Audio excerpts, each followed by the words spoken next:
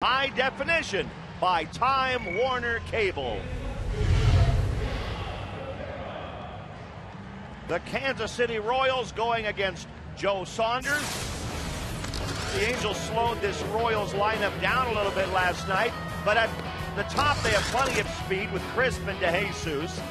Tien and Guillen, 3 and 4. Billy Butler has been smashing the ball over the last 10 games. Then a former Angel infielder, Alberto Callaspo. Willie Bloomquist. Angel fans know he's always been tough on the Angels. Miguel Olivo and Mike Aviles for the Royals to face Joe Saunders. Joe Saunders pitches so well. He's got that good fastball. He will throw it up there 92, 93 when it's above the belt, but his bread and butter, sinker on the outside part of the plate, backing it up with his changeup, curveball, slider. He had his best fastball the other day in Oakland and was not afraid to use it. And absolutely not walking people. They make the plays behind him with Rivera, Hunter, and Matthews in the outfield. Morales and his tourists on the right side of the infield. Eric Ibar at shortstop. Figgins at third, and Mike Napoli catching Joe Saunders.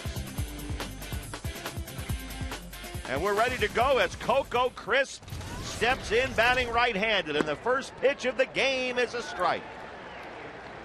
C.B. Buckner calling balls and strikes tonight. Coco's hitting .231. He leads the team in stolen bases, so when he gets on, he's a threat. And the count is 0-2. It's good to see Joe getting ahead. That fastball, he's got a good one. A lot of people think in lines of, left-handed pitcher, more of a change-up curveball guy, but he commands that fastball well down in the strike zone with sink action, and the four-seam fastball up in his zone to be able to get the strikeout. Crisp pulls one into left field. Rivera goes back and makes the catch. One batter, one out. This matchup and the numbers on these two pitchers, it reminds you of a different era in baseball when you used to come to the park to see Marichal and Koufax. Yeah, you don't see that too often where you get excited. You usually think about the guys coming in to hit the ball out of the ballpark. Manny Ramirez and A-Rod, Big Papi, Vlad. But in this situation, this coming into the ballpark today and all around L.A. today, everyone's excited about this pitching matchup, Joe Saunders versus Zack Greinke. You don't see that too often. No, you don't. There's a strike to DeJesus, especially two young pitchers like this. It's not like they've made their mark over 10 or 12 years. And they're pitching in the league with the DH, where there are less pitchers' battles. Figgins makes the play on DeJesus.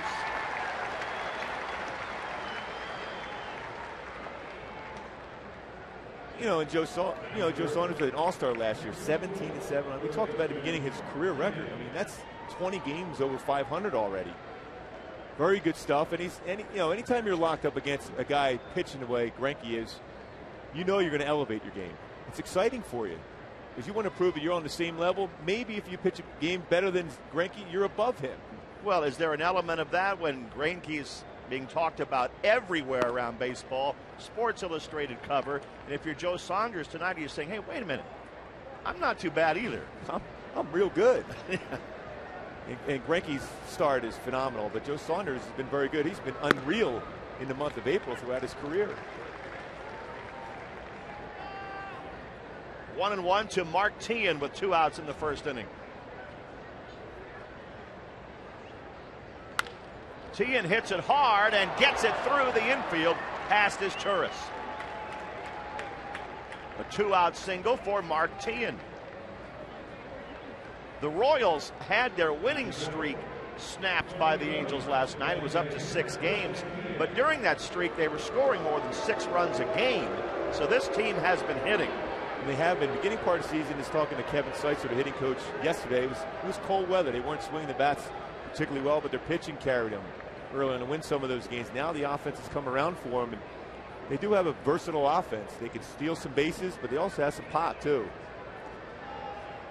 Jose Guillen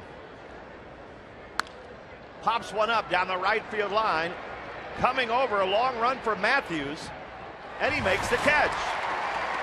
No runs, 1 hit for the Royals in the first. We'll see Zack Greinke next.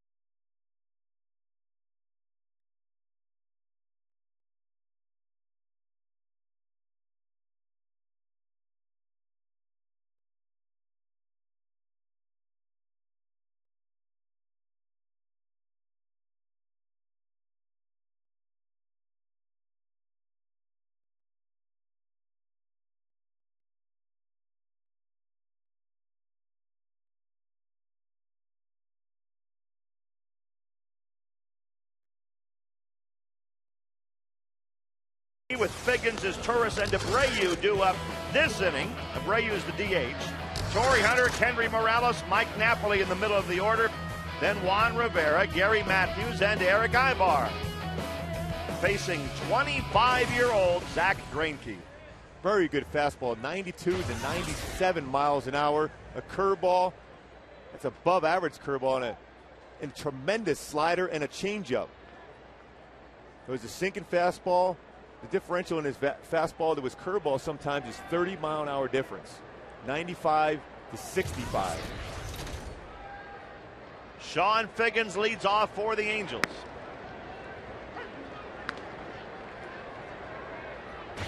Figgy hitting .269.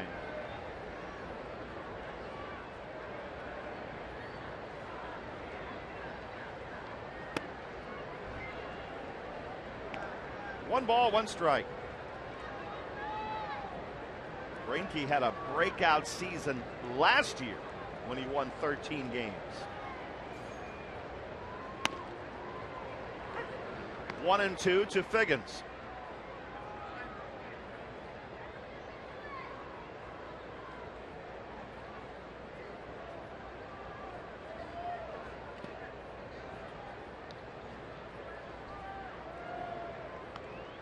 Zach Greinke loves to establish that fastball early on, but when he's ahead of the count, especially with a left-handed batter, he loves to throw that slider on the back foot of a left-handed batter. Once you commit to swinging, it's tough not to let it go. Now he's going fastball on the outside corner. And misses to Figgy, 3-2. It's good to see Sean Figgins working this count already, getting that pitch count up. Won the fastball in, went back with the fastball to the outside part. Figgy goes the opposite way, and it's caught in left field by DeJesus. Good play by the Royals left fielder. DeJesus has played a lot of center field, but now playing left field. Good jump, can slide in, was positioned well too by the Royals against Sean Figgins. Sees the fastball on the outside part of the plate, was shading him over there, and made a nice play. Well hit though by Sean Figgins.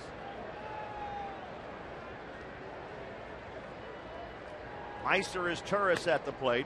Greinke finished strong last year. He was the Royals pitcher of the month for September. He went 4-1, and his ERA was 2.18. So he's picked it right up from there. Even better.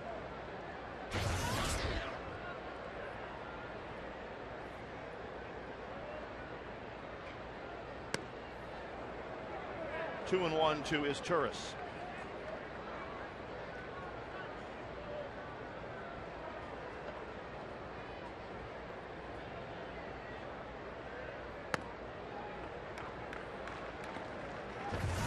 We talked about his ability to throw a fastball at 94, but the curveball at 73, 21-mile-an-hour difference. It's so hard for a batter to time it when it's that much a differential. Full count to Meister, 3-2.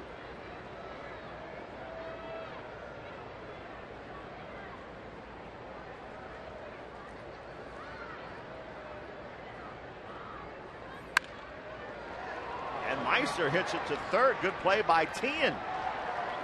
So maybe that's one reason Greinke's doing so well. The defense behind him, terrific here in the first inning. DeJesus a good play. He's out there with Crisp and Bloomquist. Tien a good play for out number 2. Aviles, Callaspo, and Butler. Miguel Olivo catching Greinke. Tien making a nice play there at third base. He's played all over for the Royals. He's played the outfield. He's played second.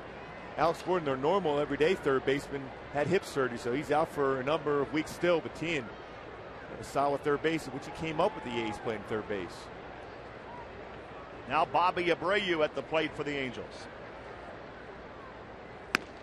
That has to give you a shot in the arm as a pitcher to have two good plays behind you right at the start of the game, huh? I think when you have quality pitchers on, star quality pitchers on the mound like a Saunders and Greinke, the defense elevates itself also because you work quick and you have a feel for the game too. You're thinking in lines that these guys are going to be around the zone all day. I got to make a play for them.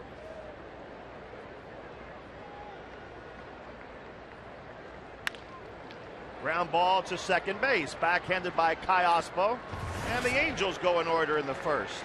Just what we expected through an inning. No score.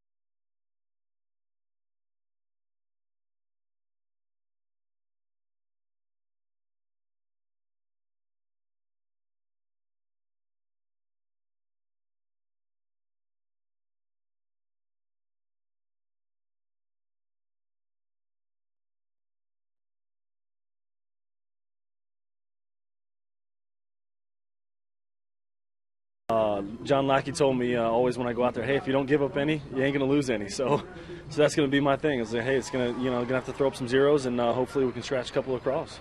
As good as the matchup is, Gooby, as a pitcher, you can't be thinking about the opposing pitcher all night, can you? Well, you try not to, and I was fortunate or unfortunate to get locked up against guys like Randy Johnson and Roger Clemens. You can't help but to think, I can't give up a run. So I think it does keep that focus from pitch to pitch instead of drifting away every once in a while and make a mistake. Billy Butler takes strike one, leading off the second inning.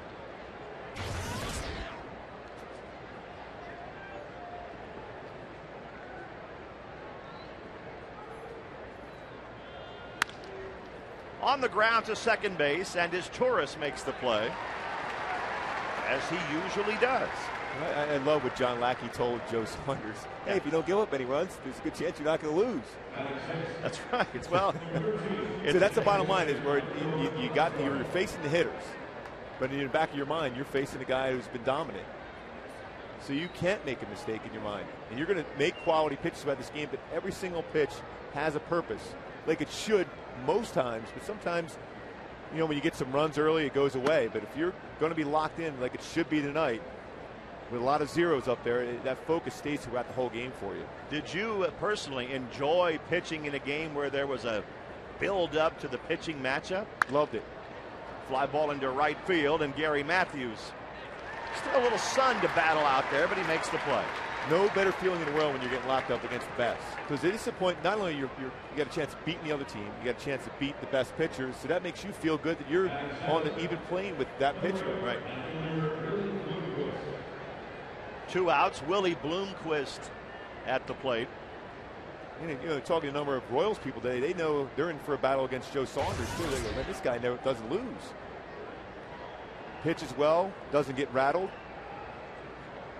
So they know the battle they're against too. Oh yeah, it's not just the fans that feel the buildup. You can feel it in the clubhouses. Even the media writers, they were all excited to get their seat to be able to talk about this game tonight. They said you don't see that in this era anymore. The excitement about a great pitching matchup. And I think because of that, you just look forward to it all that much more. Great crowd here at the stadium tonight, and just a beautiful night for this matchup also. Bloomquist hits one in the air to center field. Torrey Hunter puts it away, and Joe Saunders knocks down a 1-2-3 second inning.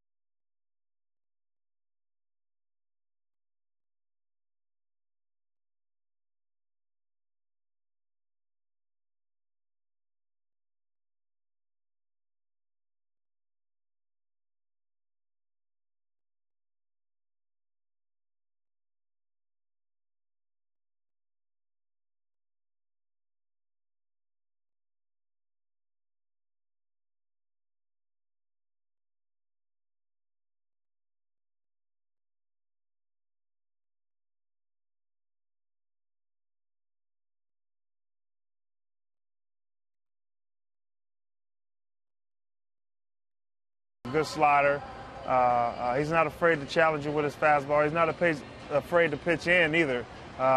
He's one of the guys that hit me in the face in 2007 and with the Minnesota Twins. And he always pitched in, and he tries to win in on righties and then finish you away. So you have to be short and sweet with Zach, man. He's very explosive with the fastball and be ready to go. 1-0 to Torrey Hunter. Good breaking ball for a strike. Well said, too, by Torrey. Greinke does pitch inside, but when he goes inside, it's most times against right-handed batters.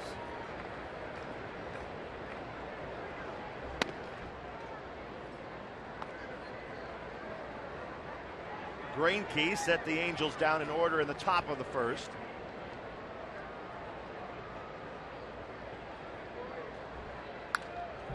Two balls, two strikes to Torrey Hunter. He'll be followed by Kendry Morales and Mike Napoli. That's a pretty good bottom hack. Of the second. That was a good hack against him.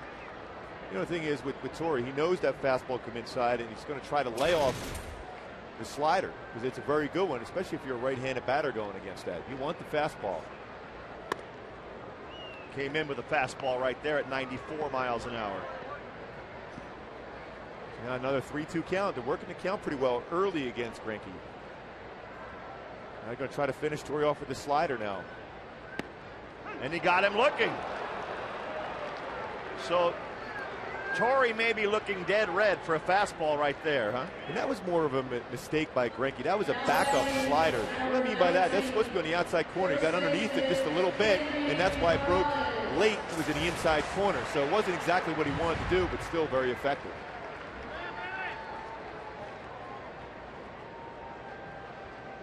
One out, Kendry Morales at the plate.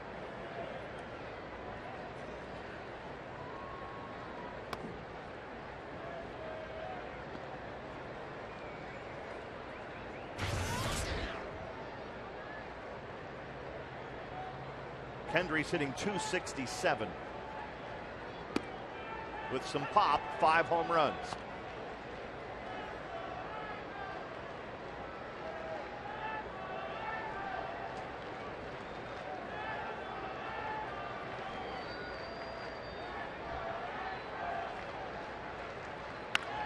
There's a shot by Morales, but just foul down that right field line.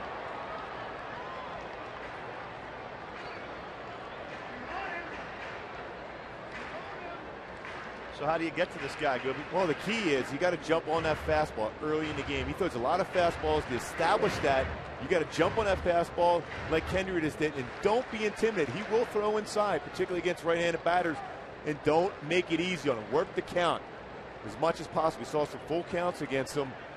Don't be intimidated also by that record in ERA. He has had some problems against the Angels in the past. He's only 1-2 with an ERA over 6. So they've had success against him. Don't swing in his pitch.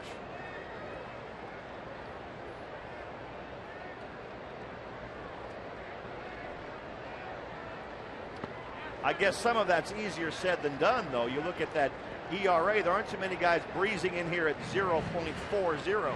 It sure beats starting off the season 0-6 with a 7 ERA. I've been there before.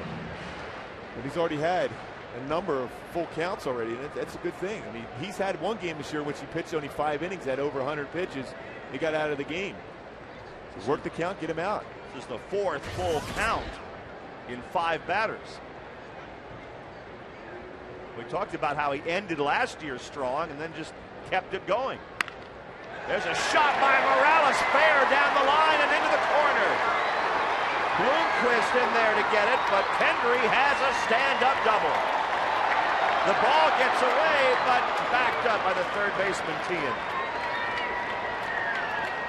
The first Angel hit in the game. Well, Kendry's looked very comfortable in the hole and bat against Greinke. He pulled that one foul on a Howard's replay, a slider that didn't get down in it. He had to throw that for a strike because of the full count. Kendry was able to get the hands tucked in and shot that ball down the right field line for a double.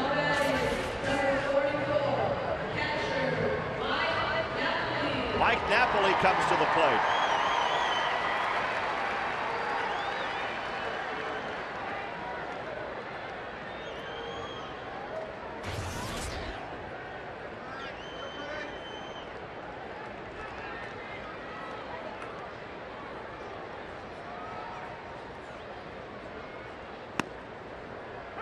Good fastball to start him.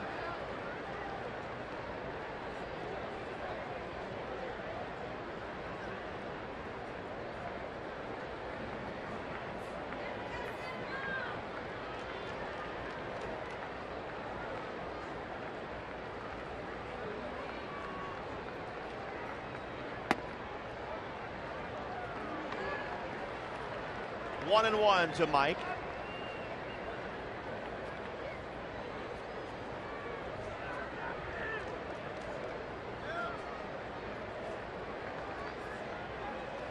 Greinke very quick to home with a man on first, but second a little bit slower. Giving only one look before he delivers. You know, one of the things that makes his story so great, obviously, is having to leave the game with a social anxiety disorder. Greinke just couldn't be around baseball for a while. He doesn't open up about it much. It's not his favorite subject to talk about now. But boy, has he come back. I asked George Brett about him, and he said the same thing. The 4 days in between starts, he had fun at the baseball park. When he had a pitch, it was a total different story for him. He just couldn't get comfortable. No, and didn't really enjoy the clubhouse part of it, or just being around and all the, you know, the camaraderie that most players love. It just wasn't his cup of tea for a while. 2-2 to Mike Napoli.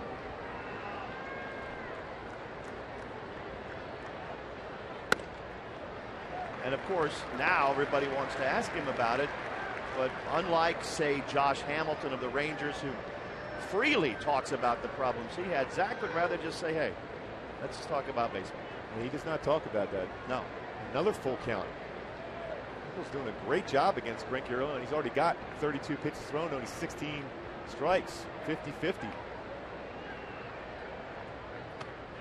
Check swing. Is he out or is he on? He's out.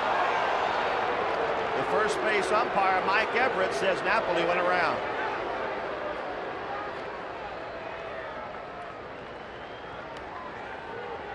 Napoli tried to sell that too, that he didn't swing, start running down the line. That's what you do. Try to distract the umpire, but it was a good slider. That's that slider that Greinke has. Off the outside part of the plate. Can't hold off on that one. If you think fastball, because it's a hard pitch, and then that break at the end, the late break, hard to stay back from swinging. 2 outs, 2 strikeouts in the inning for Greinke. And Juan Rivera up there for the Angels.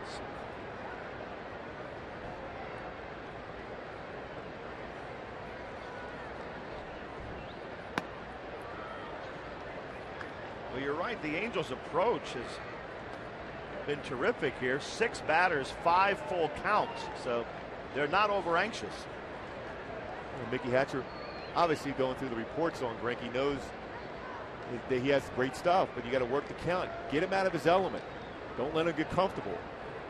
That's so what far, you so meant good. by don't make it easy, Yeah. right? And now it's 2-0 to Rivera.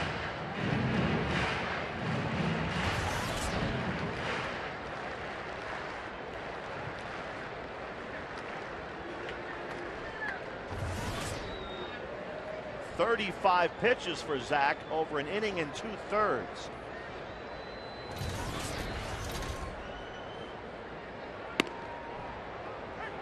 And now 2-1 to Rivera. Juan Rivera has only 1 home run, so he's not hitting them yet, but he's one of those hitters that maybe will all of a sudden hit 4 or 5 in a week. It's just kind of the way he goes.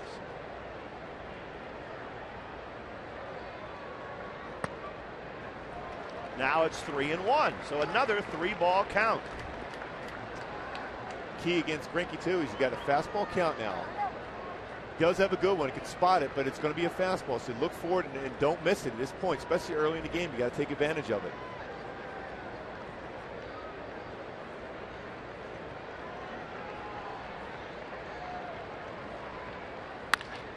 Ground ball to the right side, played by Cayaspo, and the Angels are gone in the second. We're through 2 innings, no score.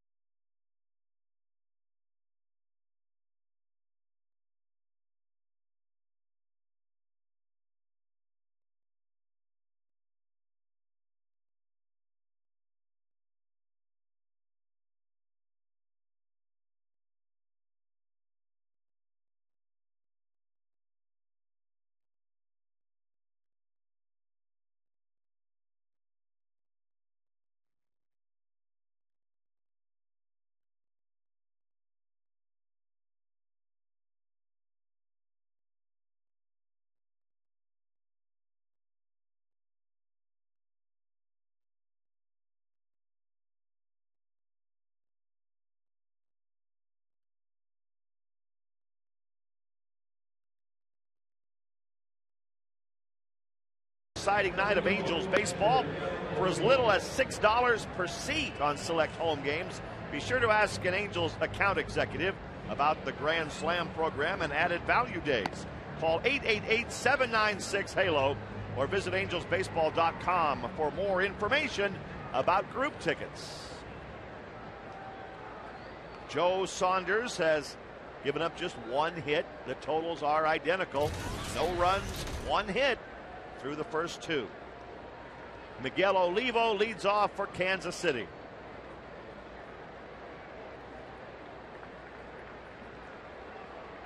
The big difference through 2 innings is that Saunders has thrown 16 pitches.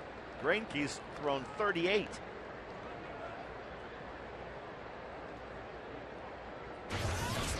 One and 0 to Olivo, hitting .222 with a couple of home runs.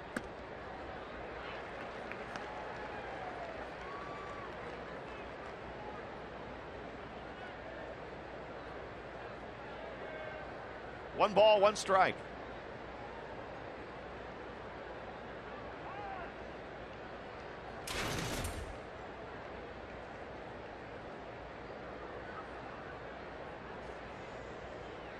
It's been a long while, Gooby, since Kansas City as a city was able to enjoy baseball the way they did when you were a Royal, let's say 1985. But you still see it as a good baseball town?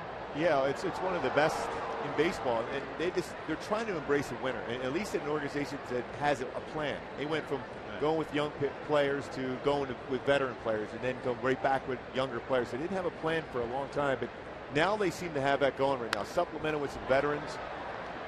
And talking to KC people out there right now, they're getting 6,000, 7,000, 8,000 walk-ups every single game. So they're starting to get some people to come in there and get back to what it used to be. When you look at how many division titles in 10 years, 6 of them. Then they went to the World Series in '80, lost to the Fighting Phils, and then '85 against the Cardinals we won it. I thought their battles in the playoffs in those days against the Yankees were just memorable. Monumental. And I'm sure I told you that story before. George Brett would come in there at spring training first day. He goes, I don't care if we lose the rest of the games during the year, as long as we beat the Yankees every single time. It was that bitter of a rival. There's a chopper to Figgins at third base. Olivo's out. Strong throw by Figgy. Mike Avalos coming up for the Royals. That really was that must have been great fun to participate in. I mean, you're talking about an unbelievable series. That's when it used to be a 5-game series also. So every First game round. was, and that was getting you to the World Series. So it was a tough one. And they lost every time to the Yankees until 1980 when they beat them and went to the World Series that year. In the day, a number of great young Yankee players came through the system in Kansas City. It was a feeder for them for a while. So you had that rivalry go along with it. 1-1 to Avalos.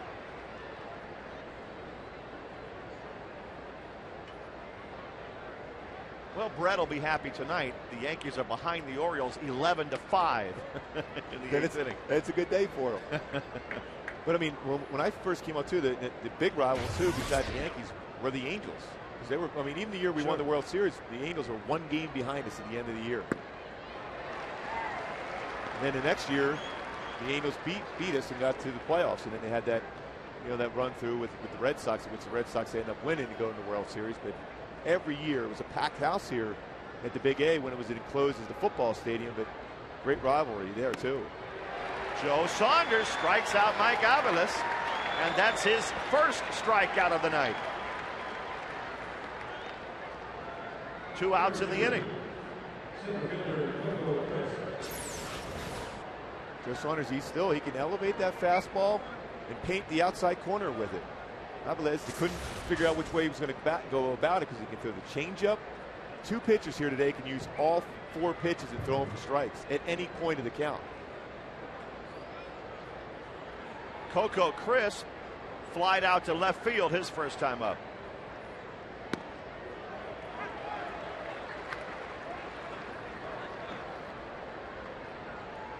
Well, Greinke has the eye-popping numbers, but Saunders is at the top of his game right now. We talk about the differential in speed for Greinke, but Saunders the same thing, a 91-mile-an-hour fastball, then a 73-mile-an-hour curveball. That's 18-mile-an-hour difference. There's a shot down the right field line. And it's going to fade away foul. And Joe's ahead of Coco Crisp, 0-2.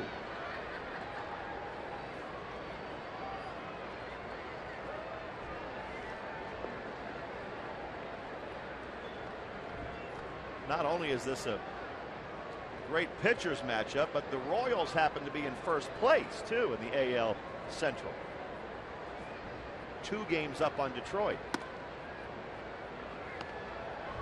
We were talking about their fans, so there are a couple here at least. Pretty good hair they got working. It's slightly better than watermelon heads we saw with the Toronto series. And down goes Coco Crisp.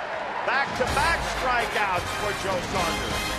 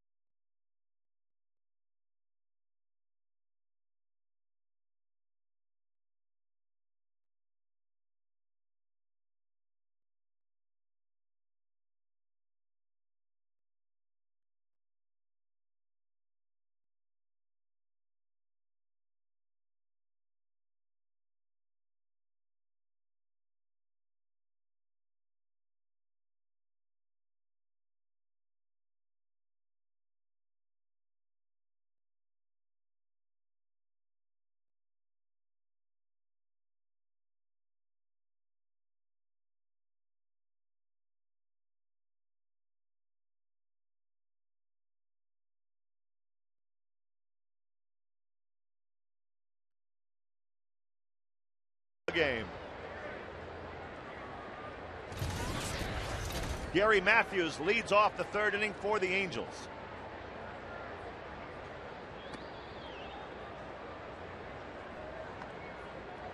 That one's 70 miles an hour from Greinke. The next one's liable to be 94.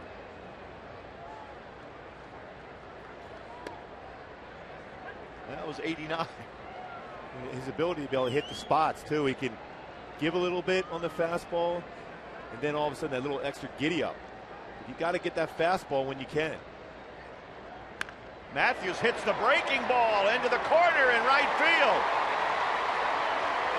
Bloomquist gets it in, but Gary Matthews has a leadoff double in the 3rd inning. Obviously, this becomes the best chance for either team to score so far. Hanging curveball too by Greinke, and Matthews took advantage of it, kept his hands back, his balance was good. Toe tap in the beginning allowed him to keep the balance. Here's a curveball right here. It starts up high, right at this spot right here, but then it drops down in the zone to be able to hit it and drive it for a double.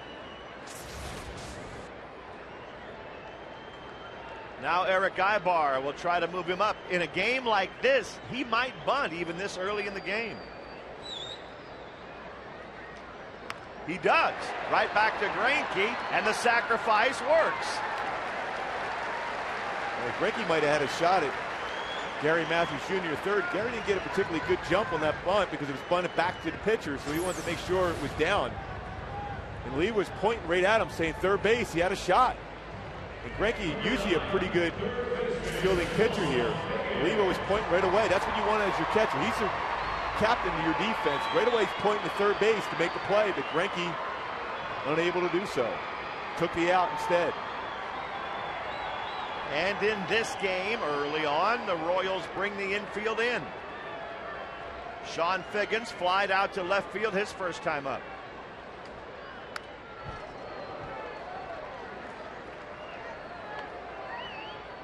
Figgy has only 5 RBIs this year. He does not have a home run, but he could certainly get a run in with an out, a well-placed out right here. Matthews at third.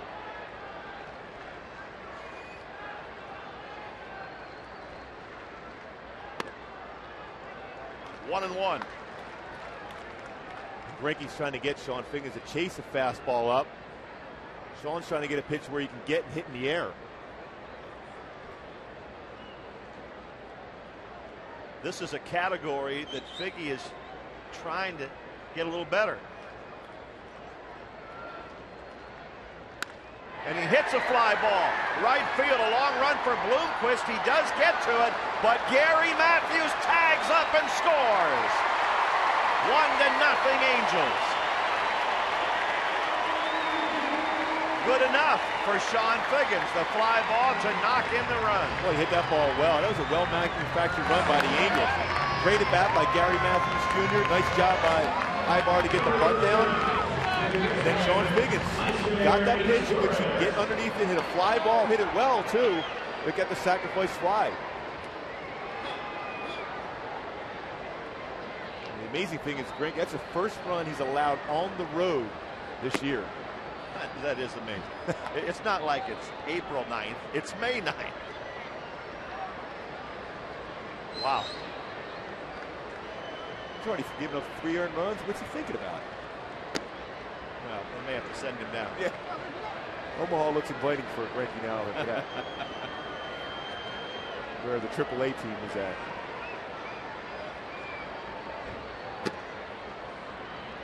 Well, now he's 3-0 to his tourists. And his earned run average is all the way up to 0.57.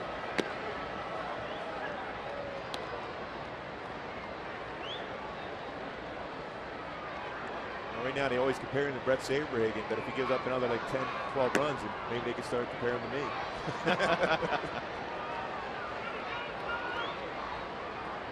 3 balls, 2 strikes.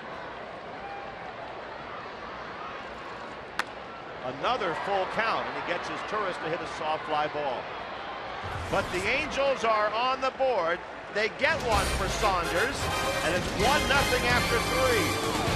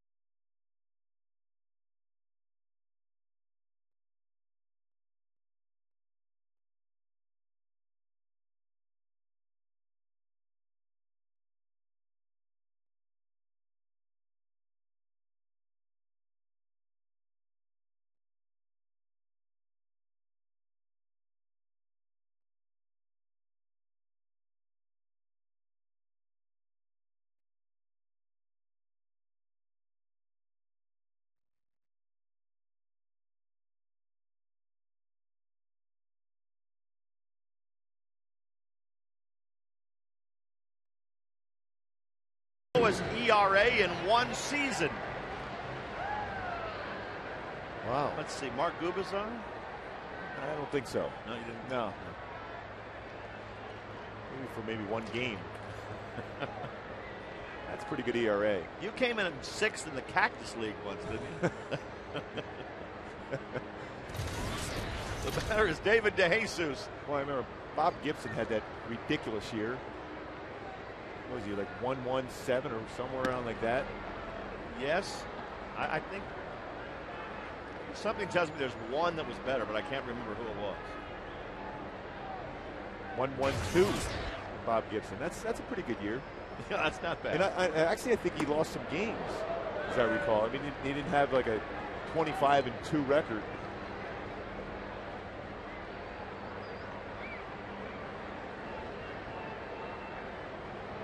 Zach Greinke trailing in the game. He's not used to that. And there's a line drive hit foul by David DeJesus, leading off the 4th inning.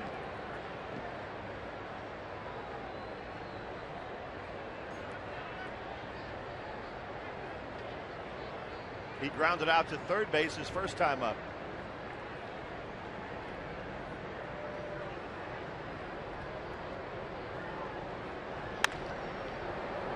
And grounds out to second base this time up. Fans, have you made your plans to be at the Angels Red Sox series coming up the 12th through the 14th? If not, great seats are still available, and the Angels have an exciting ticket special. Now available for this series, fans can purchase 3 tickets and get 1 free in select seating areas when using the password ANGELS at the Angel Stadium ticket window or angelsbaseball.com. Mark Teahan at the plate for the Royals. He has the only Kansas City hit tonight. A base hit his first time up. Royals Player of the Year a couple of years ago. 1-1. 1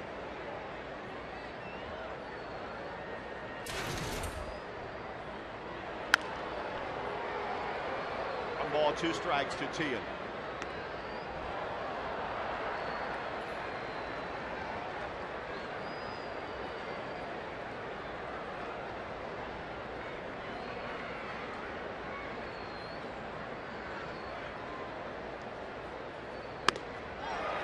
Another strikeout for Joe Saunders. Boy, that's pitching right there. Changing the eye level. We talked about Roy Halladay pitching east to west. Saunders can do that, but he also go north and south. Go sink the fastball down in the strike zone and also elevate that fastball to get the punch outs. The majority of his strikeouts, Joe Saunders, are fastball that are above the belt. They look good as for a hitter, but then all of a sudden they're by you at 91, 92. Jose Guillen last night had a fly ball go off his glove down the right field line, and it was ruled an inside the park home run for Howie Kendrick. The Royals felt that ruling was so far off that they've appealed to Major League Baseball to change it. Guillen flies out to center field, and the Royals go down in order. Still 1-0 Angels.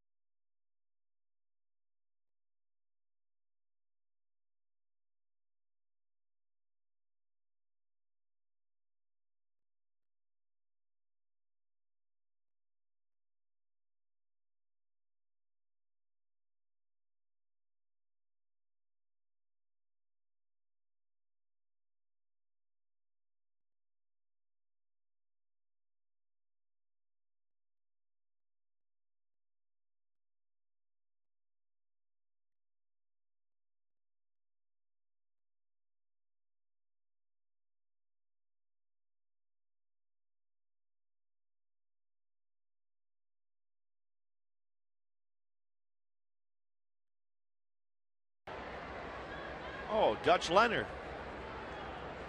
Look at that. 1.00. Oh, that's a pretty good year. That means you dealt every single game throughout the whole year. There's a strike into Bobby Abreu, leading off the bottom of the 4th inning.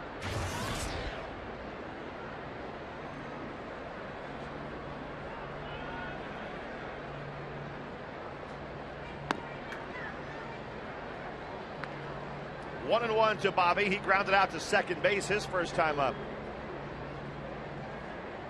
The Angels playing Angel baseball, scored in the bottom of the 3rd on a double. Sack bunt, sack fly, and that's the only run in the game so far.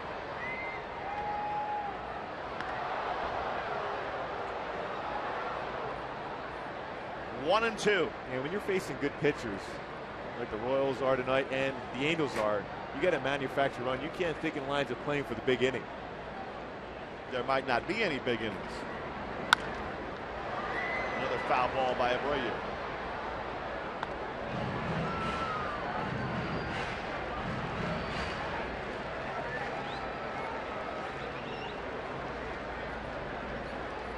Bobby needs 20 more hits to get to 2,000 in his career. We saw Darren Oliver get strikeout number 1,000 last night, and congratulations to D.O. for that. Abreu, 20 more hits, and he'll reach a milestone. And there's Oliver watching from the bullpen. Ooh, that one just missed. Greinke wanted that pitch, It too. seemed like it, didn't it? Well, he has another full count now. Fastball on the outside corner, just off. It was a ball. Oliva tried to bring it back and frame it on the corner. And Abreu lines it right to DeJesus in left field. Now it's time for Lexus pursuing perfection. Zach Greinke, the only pitcher in Major League history to win the first 6 starts of the season with an ERA of 0.4 or better. Walter Johnson and Fernando, they're comparing the reaction to Greinke in Kansas City to Fernando Mania in Los Angeles, Scooby. There's no doubt about that in KC when he's pitching. And generally, you don't see that. I remember in Kansas City, you had George Brett or Bo Jackson. People come to watch him, but they're coming out in droves to see Greinke. 8,000 to 10,000 walk-ups. Want to watch him pitch. 1-1 to Torrey Hunter.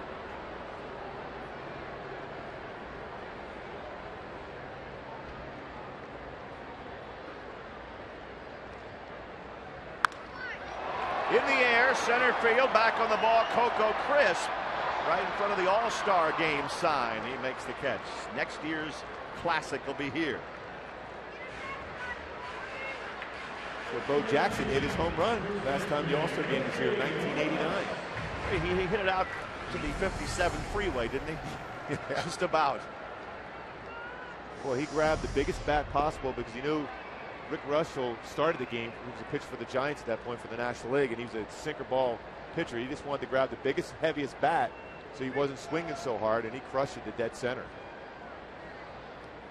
Kendry Morales had a double his first time up.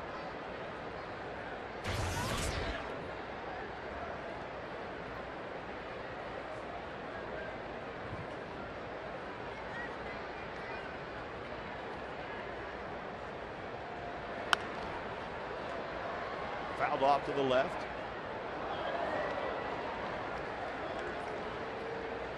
Texas lost their game in Chicago tonight 3-2 to the White Sox. So if the Angels win this game, they would be half a game out.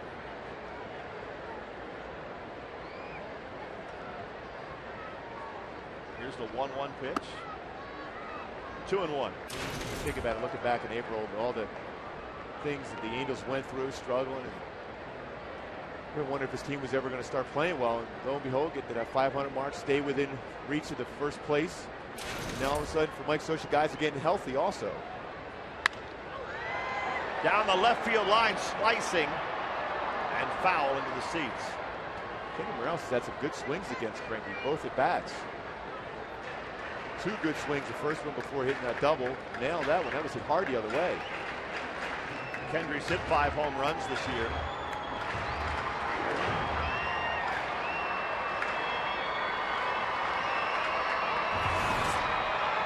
That's a lot of pitches when you consider it's so early in the game, only the 4th inning.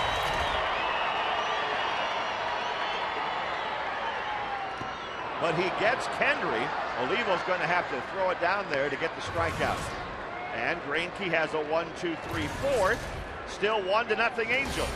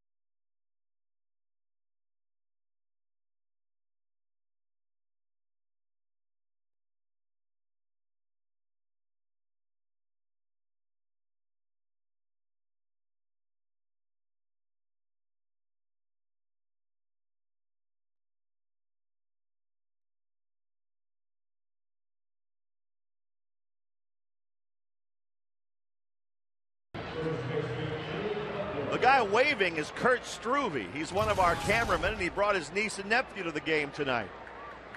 Great dude. Cameramen generally know when they're on camera, don't they? He's liking it too. He said, "Bro, you the man."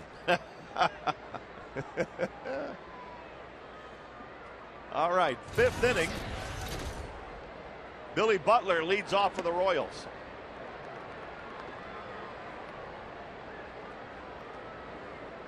Butler grounded out his first time up.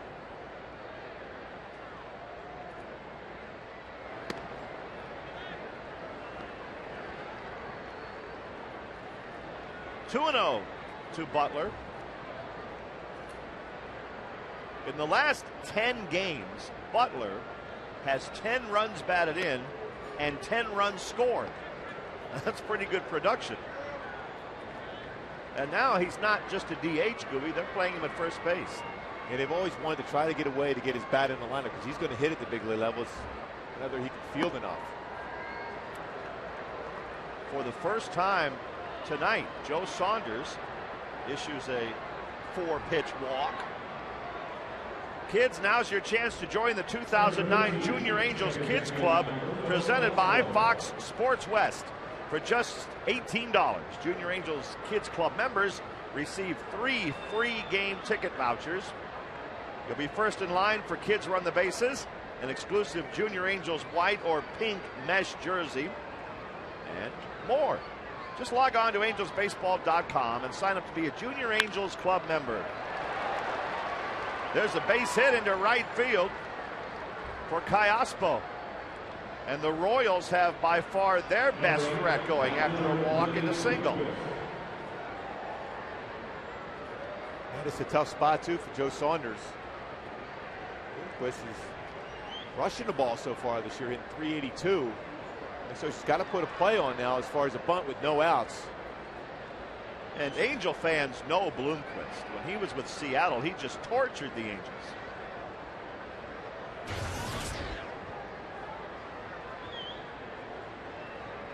He has an 11-game hitting streak going. Last night he came up late as a pinch hitter Obviously with a 10-game hitting streak on the line, and ripped one right back up the middle for a hit. Figgy's way up at third base. Again, the teams know it's a matchup of two great pitchers, and every single run is so big.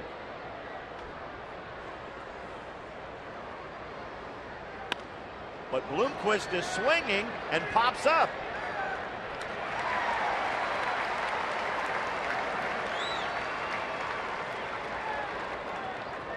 That's the difference in the philosophies for Hillman as far as thinking the lines of a big inning as compared to Mike Scherzer trying to manufacture a run. Bloomquist, when you look up, hitting 382. He's at 302. You mentioned that, having a lot of success against the Angels throughout his career. Let him swing away at that particular point, and he ends up popping it up. An unproductive out for Bloomquist. That gives Saunders a shot in the arm, and now he faces Miguel Olivo.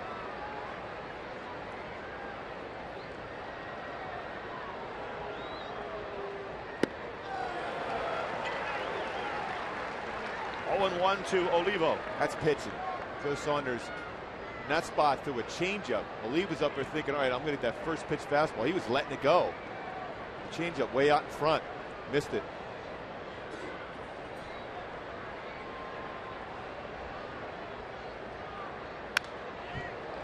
Joe jumps ahead 0-2. 50 pitches for Saunders, most of them strikes.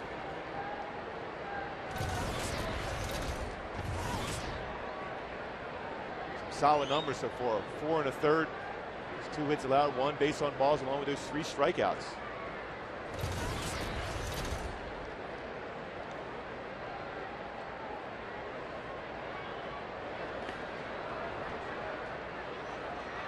Napoli saved the runners moving up to second and third there by keeping that one in front of him. Very nice job of keeping that in front by Mike Napoli. Squared up his body, shifted over enough to be able to keep it in front.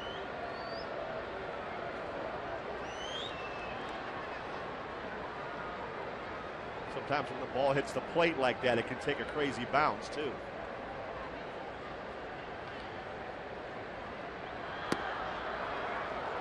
Two and two.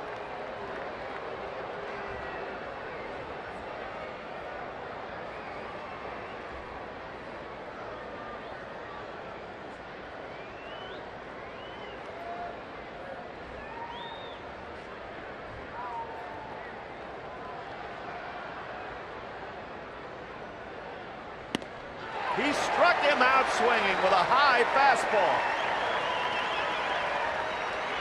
2 outs. Strikeout number 4 for Joe Saunders. And Joe's ability to elevate the fastball, pitch it north with that pitch. 4-seam fastball after a changeup the pitch before against Oliva, could not catch up with it. 82-mile-an-hour changeup, 92-mile-an-hour fastball up in the zone. Gets the strikeout. Mike Aviles up there now.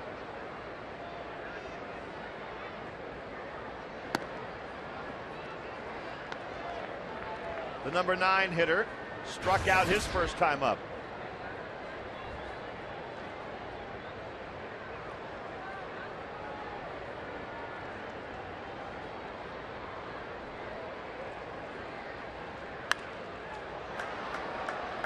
One and one to the Royals shortstop. Well, he had great numbers last year as a rookie, 325. His hand's still high up, too. More unusual stance.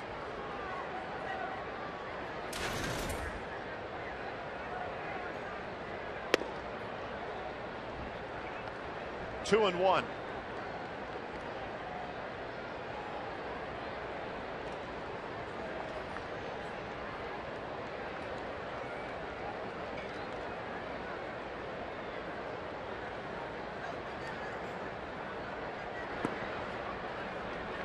Now 3 and one to Aviles with Coco Crisp on deck.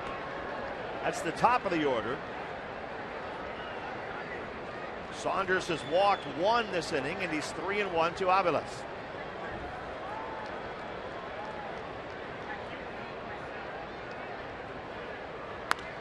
And he gets him to pop it up on the infield. Who wants it? Morales on the mound makes the catch. And Joe Saunders gets out of the fifth.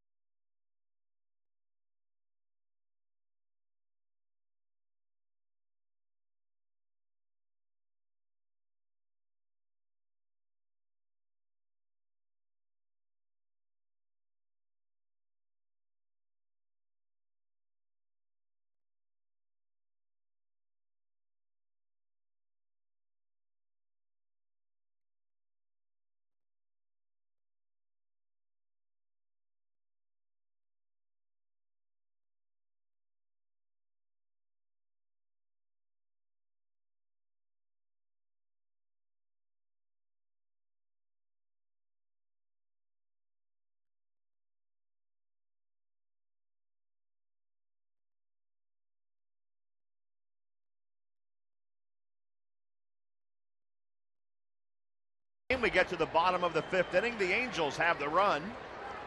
Zach Greinke getting set for the bottom of the fifth. Facing Mike Napoli. The numbers on Greinke tonight, it almost seems ridiculous to say those aren't good numbers, but they're not quite as good as he's been putting up. A lot of 3-2 counts. And he hasn't been quite as crisp around the zone. But you got to give the Angels a lot of credit for that. And Mickey Hatcher's approach. Talked about it before the game with the guys. Work the count. Get it deep in the game. Get down to the bullpen of the Royals. Although that's been a pretty good bullpen so far. In the hole at shortstop. Backhanded by Avalos. And a strong throw right on the money for the out. Boy, that's a nice play. Good young shortstop. He is, and he felt all along he was going to be able to make the play, got himself in position, not only back, hands it in the grass, but was able to get himself set. Strong throw, about as far as you could throw it from in that shortstop position. And Mike Napoli runs well. Gets it by a step. One out, Juan Rivera at the plate.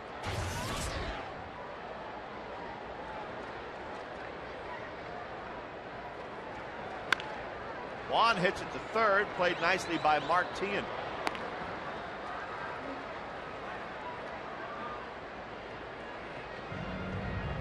Two outs. Gary Matthews coming up, and they're making the plays on the Royals infield this inning. Generally always around the strike zone, Greinke is, works fast. Your ace on the hill, you're going to play a little elevated defense, make that extra play.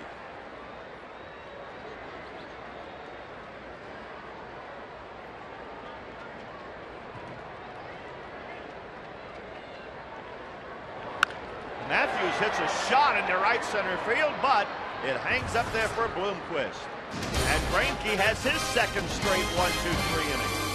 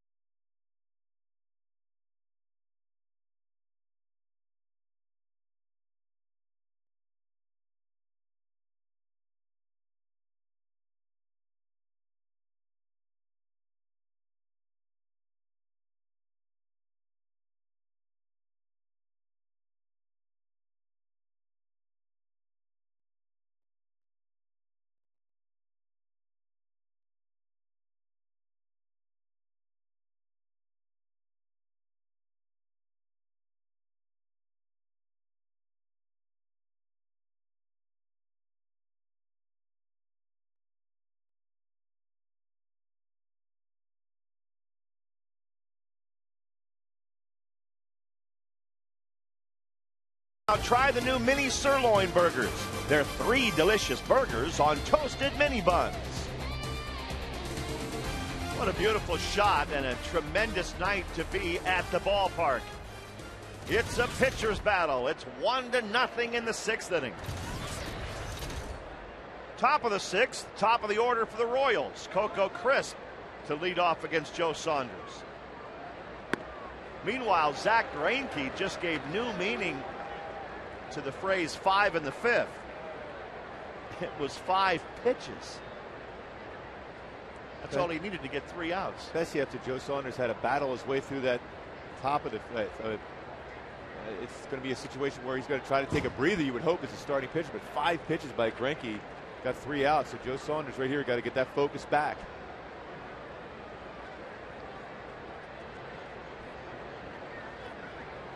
And he's facing the top of the Royals order. 1-1 to Coco Crisp, who lines one toward right. Matthews coming in fast, but he won't quite get there. A leadoff single for Coco Crisp. In our jack in the box, outside the box. Aviles was ahead of the count, 3-1. Knew a fastball was coming. But Joe Saunders, little sink action on it, gets the pop up, got through that inning. A first and second, no out. Started at top of the 5th, but got through it with some quality pitches, and that's our jack in the box, outside the box. Gooby, people sometimes wonder on a play like that, why doesn't the pitcher just catch it? He's 1 step away from that pop fly. Well, in spring training and throughout the season, the bench coach, defensive coaches throughout the team will say, pitchers, get out of the way. Your job is to direct who's going to make the play. You saw Joe Saunders pointing up, and he's waiting for somebody who's going to make the call, and then he's going to say, Kenny Morales, it's your ball. Get out of the way. I mean, I'd like to be able to field it, but you didn't do that. You got out of the way and let somebody come in. Generally, you're going to get the middle infielder making that play as compared to the first baseman. It's 0-1 to David DeJesus.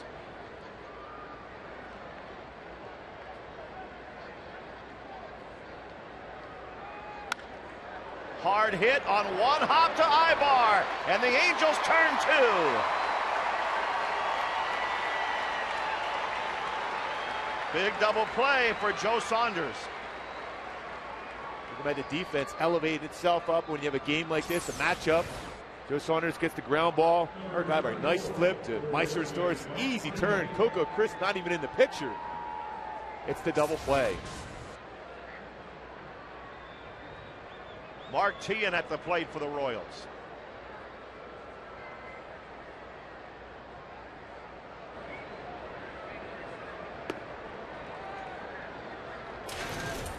You know it now as a broadcaster because you mention it frequently.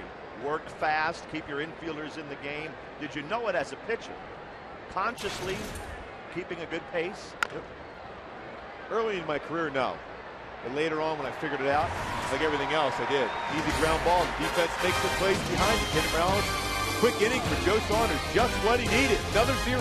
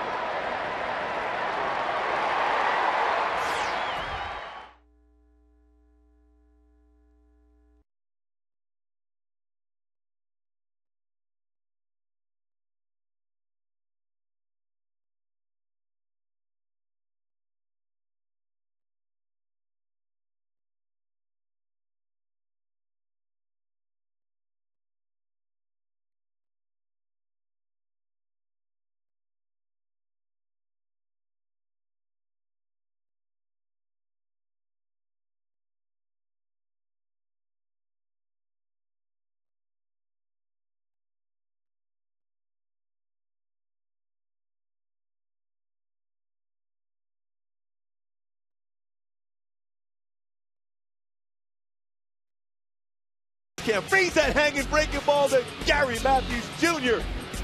Shabam! Punch that ball in the right field for a double.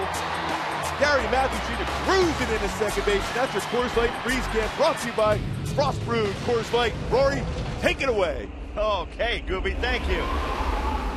Again, another enthusiastic read by Mark Gubazov. When you hang them, you got to bang them. Hanging breaking ball. Jabam, I think was the phrase you used.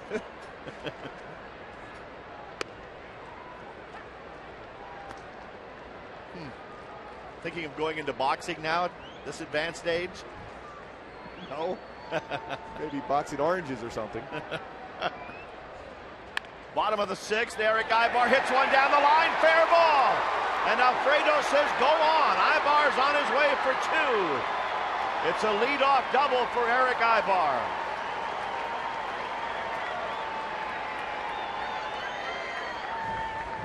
Just did get it over the bag, didn't Well placed, right down the line. Another all-speed pitch, Billy Butler. We talked about him being a DH throughout his early part of his career, now making that adjustment to first base. Tough, tough play. Billy didn't exactly get out of the way either. And Ibar out of the box quick, and he had to get around Billy Butler too. Cruising in there. Now in that same position last time when Matthews had to double, a bunt situation with Sean Figgins up.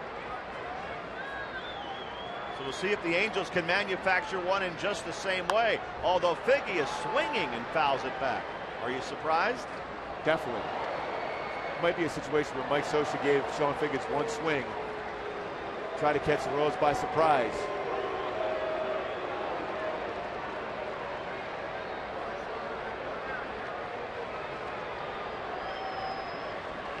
Oh and 1.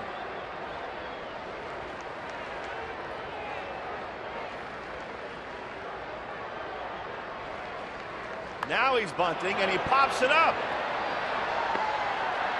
As well as they executed last time, it didn't happen this time.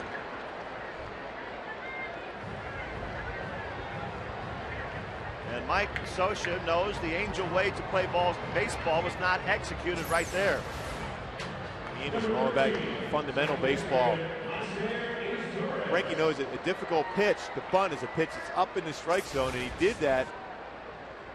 And Sean Figgins got his hands up, got it underneath, and popped it up.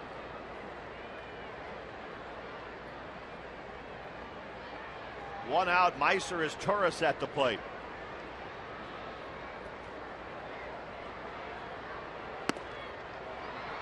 Let's take another look at that bunt, Gooby. It's a pitch up in the zone, pops it up. Leave it, gets rid of that mask in a hurry.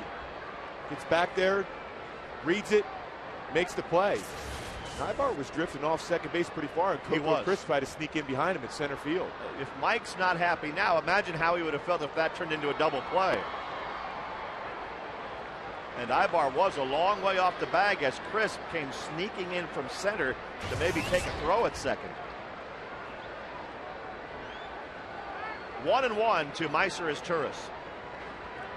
Look at where Ibar is.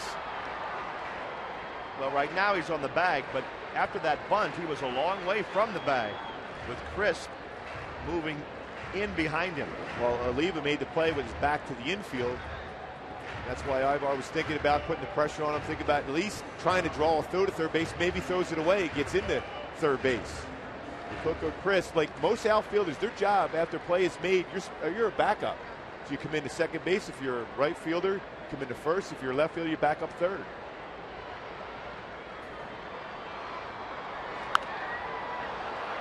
One and two to Meiser.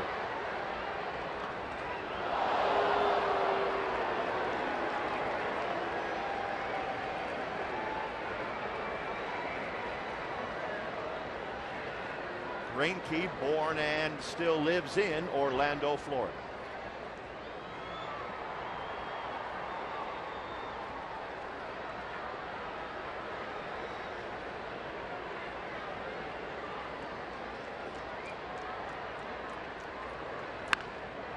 Hard hit foul.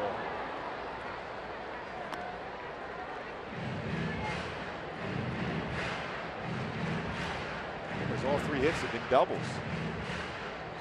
Well, all three hits have been singles. And look at it, Greinke today, that slider, which is his #1 pitch as far as getting a strikeout against the lefty. He's left a few of those sliders out over the plate in the inside part. He wants to generally throw that slider down to the back foot of a left-handed batter. 1-2 to his Turris. On the ground to first base. So Butler goes to the bag, and now they have Ibar at third, but with 2 outs. And we'll see if Bobby Abreu can pick him up. That would have been a productive out a few minutes ago, but not so much that time.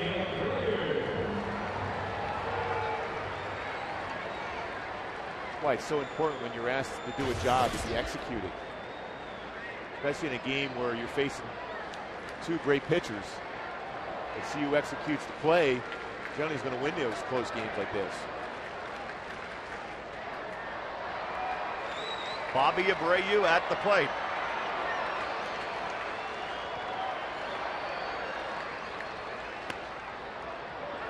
Not that the standings are of paramount importance here early in the season, but the Angels do have a chance tonight. Everybody in the American League West has already lost. And the Angels could be within half a game of first place with a win. 1-1 to Abreu.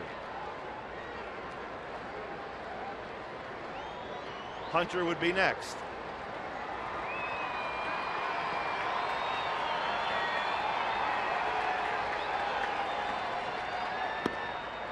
The bubble has burst a little bit, at least for the moment, on the Mariners. They lost their 6th in a row tonight. 9-6 to Minnesota. They gave up 11 to the Twins yesterday and 9 today. Well, it's a good spot for Bobby Abreu to get a fastball and do some damage. Now it's 3-1 to Abreu. I think with Zach Greinke, though, you think fastball count. He's got the ability with his other 3, his secondary pitches, to throw them for a strike also.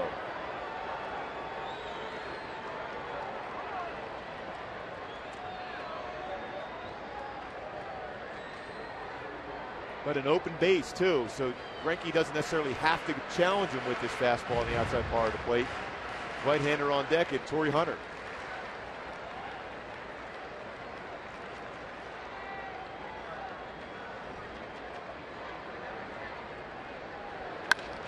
They go fastball, and they get Abreu to hit a fly ball the other way for the 3rd out in the inning. So we are through 6, and it's a 1-0 classic at the Big A.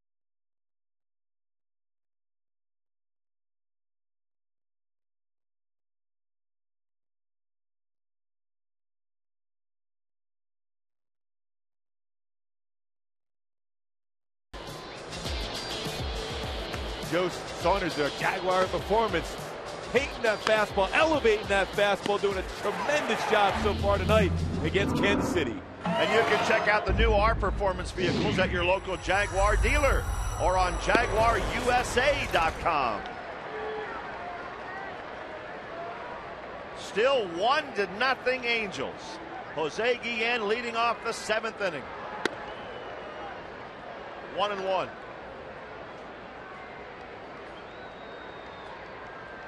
Guillen has hit 2 fly balls tonight, 0 for 2.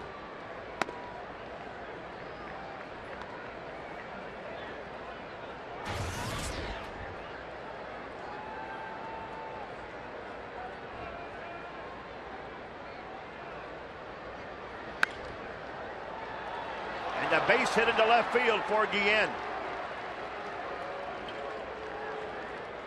For the 2nd straight inning, the Royals get the leadoff man on.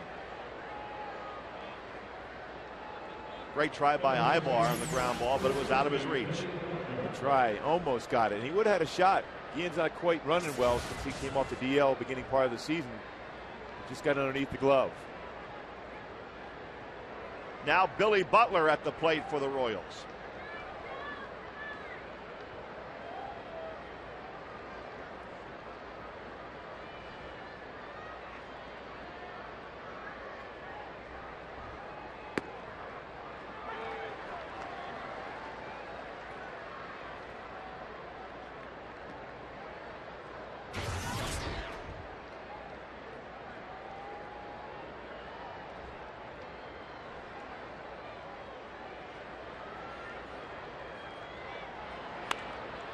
On the ground to first base, Morales gets 1 at second, but that's it.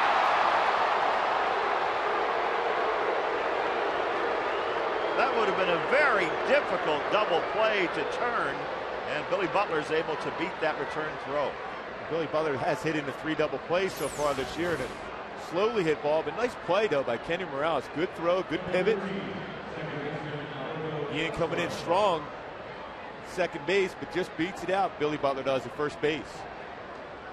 That's a solid job of getting the lead runner. That's the most important one. If you get 2 out of it, fine, but get the lead runner. Oh, Joe Saunders wanted it. Joe wanted to see that double play, didn't he? It is the pitcher's best friend. Kayaspo hits 1 to third, and the best friend just stopped in. We've reached the 7th inning stretch, and it's 1-0 Angels.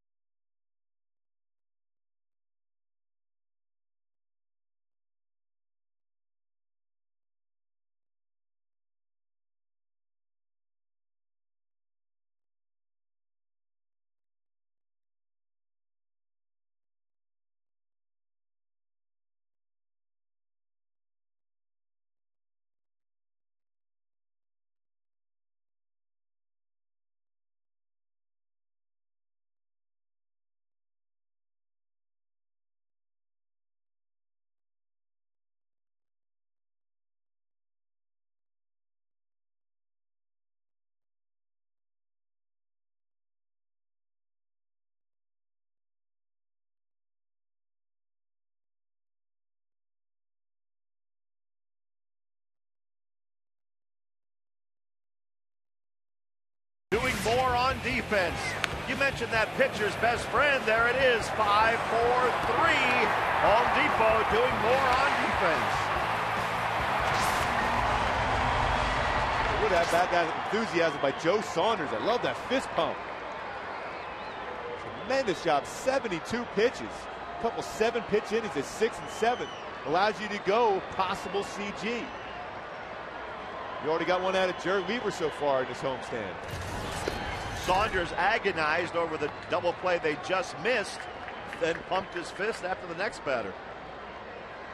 Meanwhile, Zach Greinke is having another exceptional game, but he's behind 1-0 as he faces Torrey Hunter, who hits one in the air into center field. Coco Chris goes back and makes the catch up against the wall. I think Torrey got that just a little bit. He'll be off the end of the bat. Yeah, and he had to generate all that power, too, because it was a breaking pitch. Got out just a little bit, got off the end, but still so strong. And the Howard Freed play, just off the end, thought maybe with some carry, it's still warm enough, it'd have a chance. But Coco Chris got back to the wall, got the warning shot, fell out for the wall, and then made the play against it.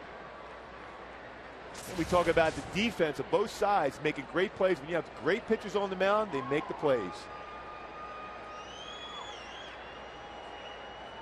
1 out, Kendry Morales.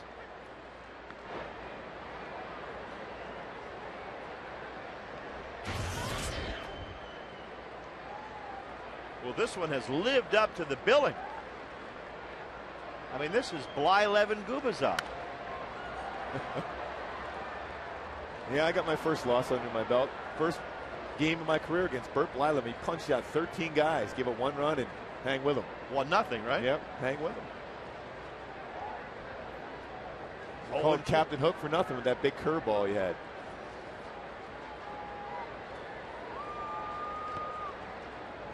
A ball and 2 strikes to Kendry Morales. Well, maybe so, but you had some pretty good moments wearing that uniform right there. 1 ball, 2 strikes to Kendry Morales.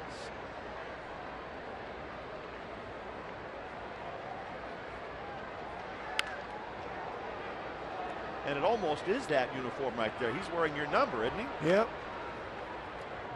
23. Well, it's not a bad one to pass it on right now, too. No. The way he's throwing it.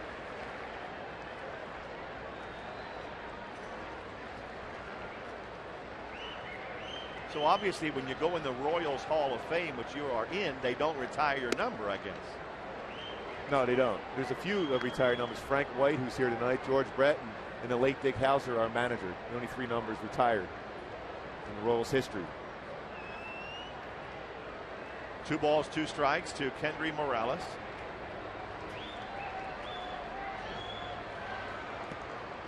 And another full count now. Greinke is approaching that 100 pitch mark. Most pitches he's thrown this year has been 111. He's done it a couple times. He's right around 110 to 111. They'll probably try to keep him at that point. But how about this? He's had 8 full counts, and not once has he walked the bat.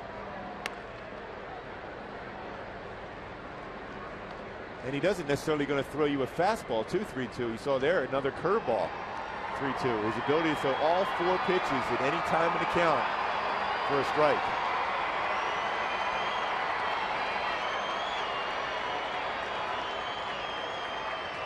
Time to leave it once the fastball on the outside part. He got the fastball, and Kendry fouls it off. Good at bat, working that pitch count up.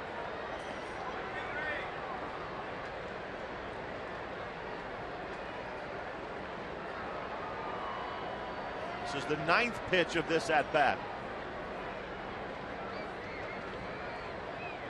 Rizzi wanted a fastball in, and he's going back outside with the fastball. Kendry punches it into right field for a base hit.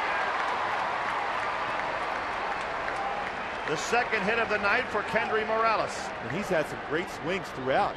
Even the time he struck out his last at bat, he had a shot down the left field line that just went foul. So every at bat, quality for Morales against him. Time now for the Firestone leaderboard.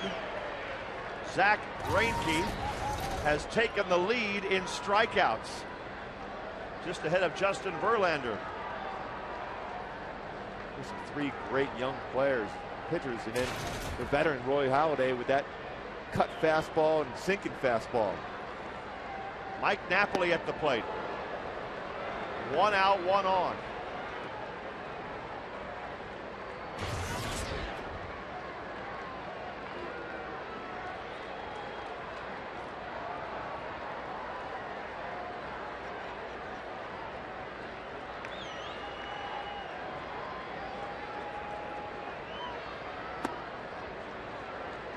One and one to Napoli.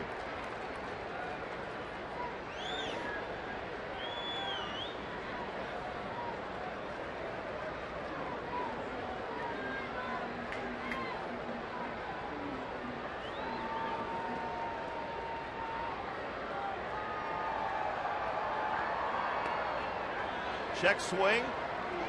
He did not go around. That's a surprise to the Royals. But Napoli says, okay, ball 2. Pretty close. Slider again in the dirt. Great at the plate. Go either way on that one. Last time when he struck out in that slider in the dirt, he definitely crossed the plate. Here's pitch number 100 on the night from Greinke. And it's a fastball right in there. That's 100 pitch at 93 miles an hour. So he hasn't lost his stuff yet. He hasn't been around his zone as consistent as he has in those first 6 games. But still, when you look up, he's only given up 1 run.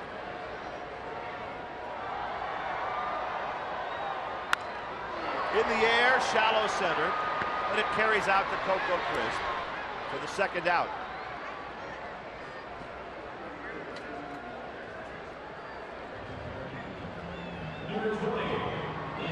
Now Greinke to face Juan Rivera with 2 outs. There is activity in the Royals bullpen, however. Jamie Wright loosening up. The thing you have that Trey Hillman has to remember, it's still early in the season with 3 complete games. A couple shutouts already. He's got to keep Zach Greinke fresh. There's still a lot of baseball, so this might end up being his last batter right here.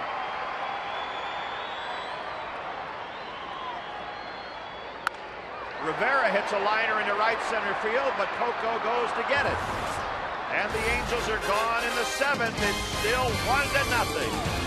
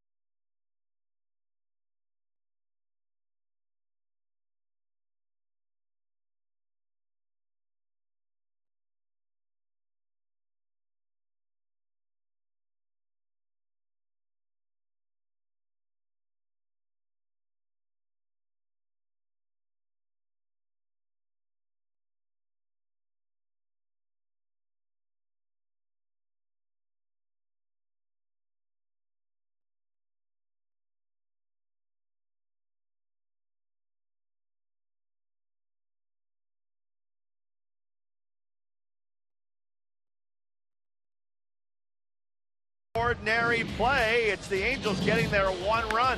Gary Matthews leads off with a double.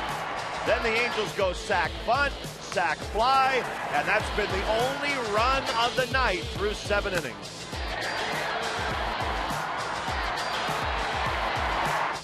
Sometimes you have to win 1-0. And that's the situation Joe Saunders is in right now.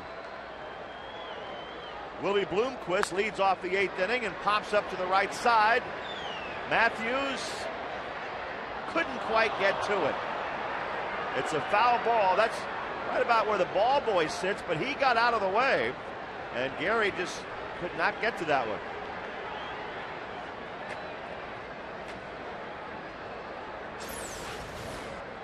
Way down the right field line, ball boy got out of the way. Right up against the wall. 0-1 to Bloomquist.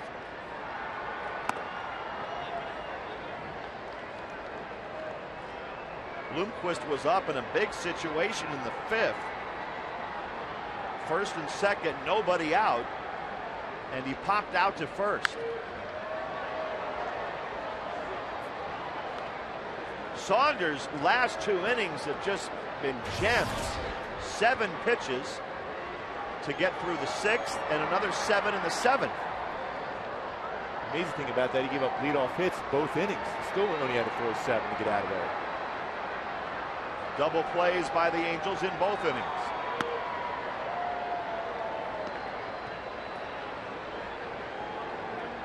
But this at-bat is not shaping up in such a way that Saunders will throw 7 pitches this inning. This is the 5th pitch of this inning.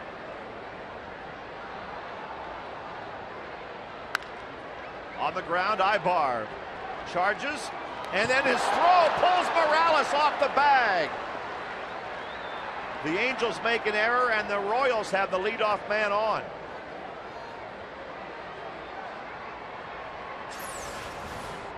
Ibar in position to be able to make this play. Bloomquist does run well, but got underneath the throw, dropped the elbow, and the ball sailed away. Kenny Morales tried to do the best he could. So an error by Ibar gives the Royals a shot to have the leadoff man on for the 3rd straight inning. Now the catcher, Miguel Olivo, at the plate.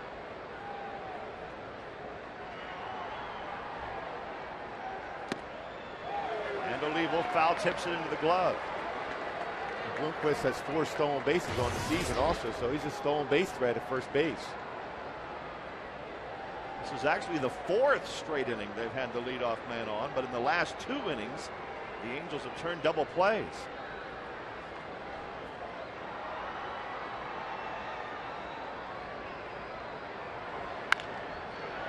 Oh, that one went by Figgins into left field, and now the first 2 men on in the 8th. First and second, nobody out.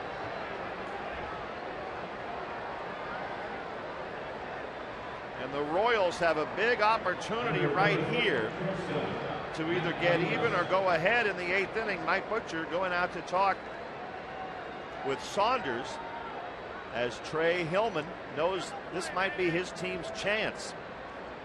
Angel fans, the new Diamond Field box seats are now available on a single game basis. Located on the field, the seating area is just a few feet away from the home and visitors dugouts. There are several games to choose from. You can get these tickets. Call 888-796-HALO or visit angelsbaseball.com and purchase your Diamond Field box seats today. Obviously, it's a great place to watch the game. Now with the number 9 hitter, Mike Aviles, up there, the Angels have to be looking bunt right here. He has 1 sacrifice hit on the season. He squares around and puts a good bunt down. Saunders to first, and it's just in time. Good bunt by Mike Aviles. He almost beat that out, but Joe made a perfect throw to first. The bunt right here, Joe Saunders, your job as a pitcher is to get to that 3rd base side. Has to make a good play to be able to get Aviles on that play. Good bunt. Also staying in there for Meister. It's a tough one. The ball's running right into the base runner coming down the line. 2nd and 3rd, 1 out, and the top of the order up for the Royals, Coco Crisp. And the Angels, as of right now, are playing the infield back.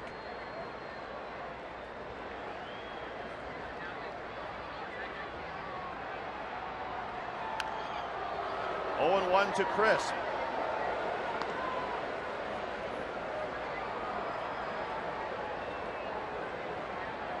Talking about Joe Saunders, he's a great competitor, but he also stays within his game, doesn't let little things affect him.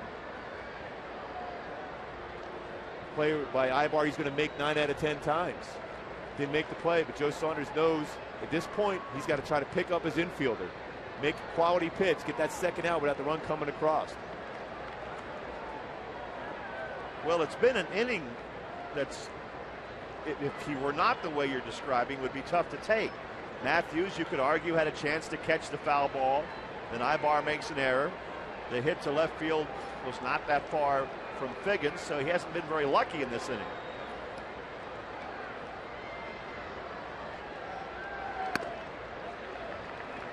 One and one to Coco Crisp. Good try on that one too, a fastball up and in. Especially had to count 0-1 at that point. See if you can jam Coco Crisp and pop it up in the infield.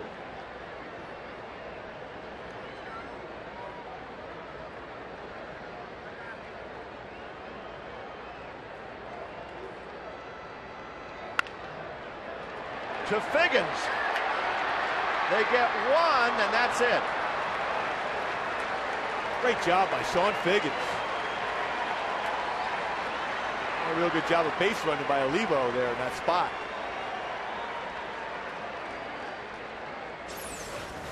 Sean Figgins playing back.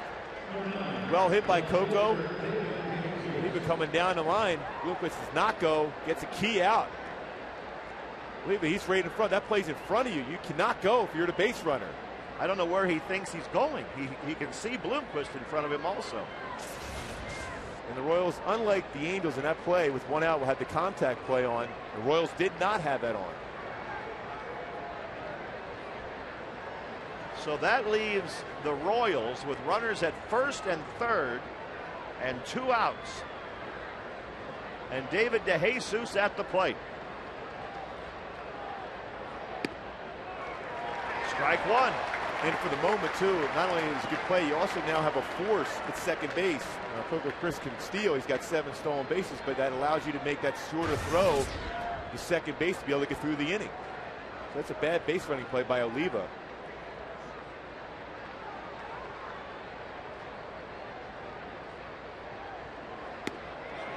And Saunders ahead 0-2 on DeJesus.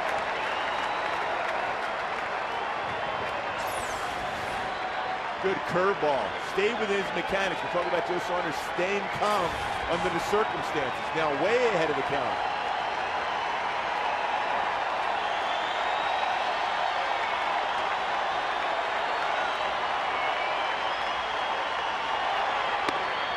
Fastball up and away. 1 ball, 2 strikes. A lot of credit's got to go to Mike Napoli. The job he's doing behind the plate today, too. Fans looking on. The stress. What a game. 1-0. Both managers trying to manufacture runs. Both pitchers trying to negate that. And the 1-2 pitch coming up to David DeJesus.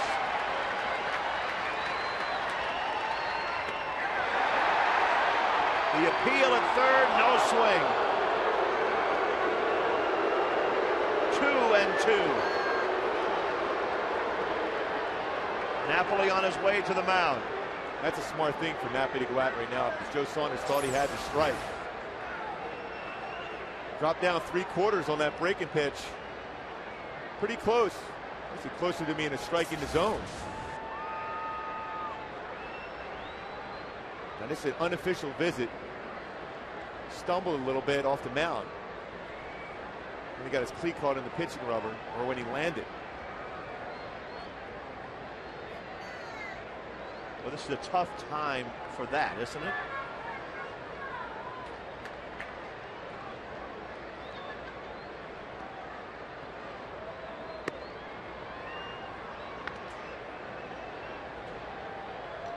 So in the midst of this epic battle, Joe taking a couple of throws to make sure his foot's all right. And the bullpen quiet. Well, this is baseball right here. This is baseball. It's all about right here. Trying to gut your way through this. Joe Saunders is. Now back to the battle with DeJesus. 2 balls, 2 strikes, 2 outs. Bloomquist at third base for the Royals. Coco Crisp, great speed at first base. 1-0 in the 8th inning.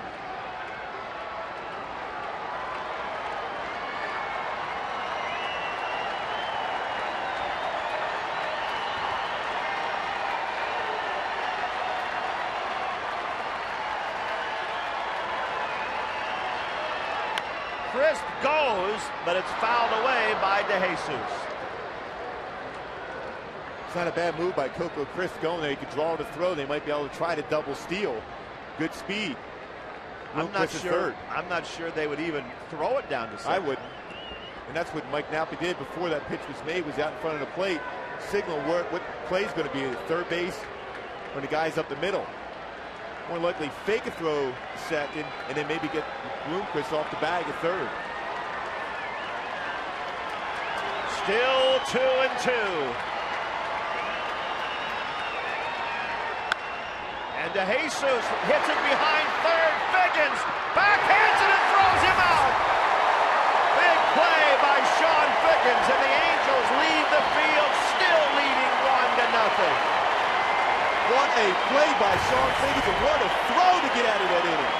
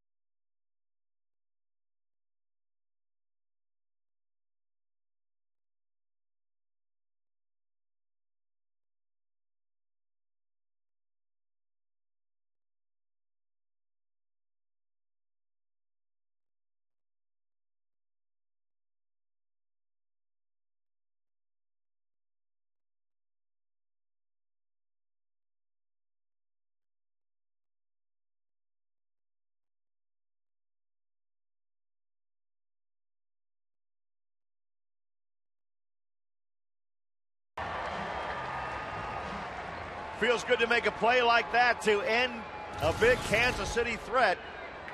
Figgy with that good arm from deep third base behind the bag, backhanded that ball and got the out. That's an unbelievable play. You're right. Got as far as you go. What an arm.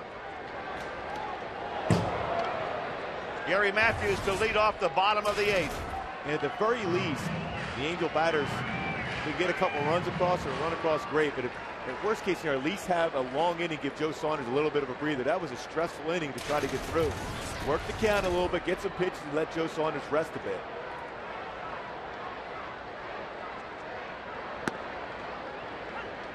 The Angel bullpen remains quiet. The Angels got a complete game from Jared Weaver 2 nights ago. Saunders obviously has a shot at it tonight.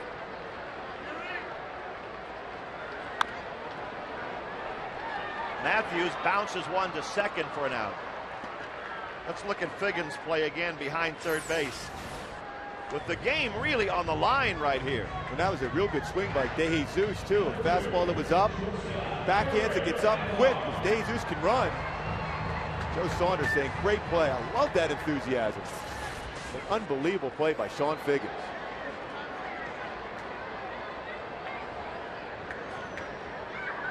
Boy, we've seen Saunders go from a guy that you would think maybe one day he'll be a great pitcher to somebody who's really knocking on that door right now. Especially when you get through innings like that inning. In a 1-0 game, this magnitude, all the hype coming into the game. Making some great pitches when need to. That's what makes you a great pitcher. Anybody can pitch 11-0 score. 1-0 score is what elevates you to that next elite group.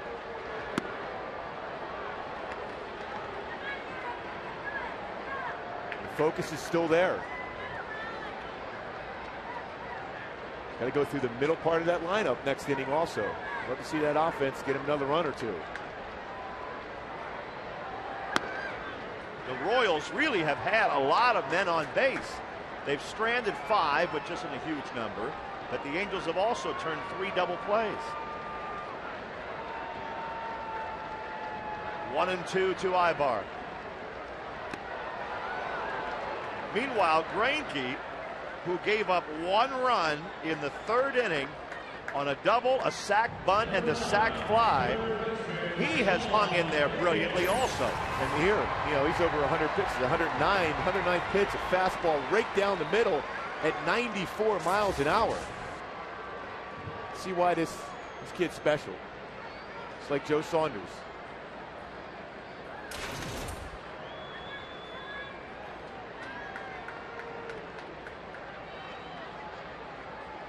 Well, it's turned into a game where sometimes all you see at night on the highlights are home runs. But this game, with pitching and defense, has been thrilling to watch.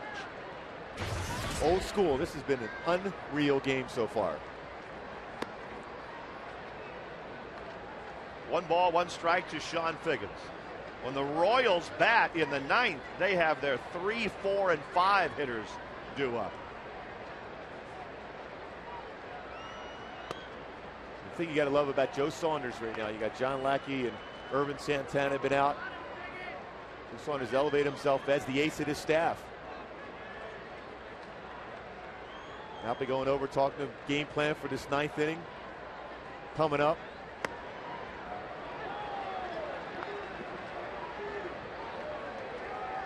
2-2 to Figgy.